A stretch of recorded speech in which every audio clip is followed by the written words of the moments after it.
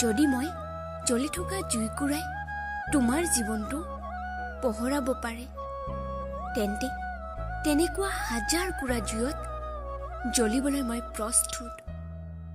কিন্তু তুমিতো মোক তোমাৰ মনৰ পৰা উলিয়াই দিছা। কিন্তু কিয়? মইতো একো কৰা নাছিলো। কেনেকৈ তুমি আনৰ বাবে মোক এৰি দিলা? মইতো তোমাক বহুত ভাল পাইছিলো। তুমি যি কৈছিলা সেইটোৱে শুনিছিলো। তথাপি তুমি মোক তোমাৰ মনৰ পৰা আঁতৰাই দিলা। শুনা, এটা কথা মনত ৰাখিবা, তুমি যি মোৰ লগত কৰিলা না, সেইটো এই সময়ত তোমাৰ লগতো কোনোবা কৰিব।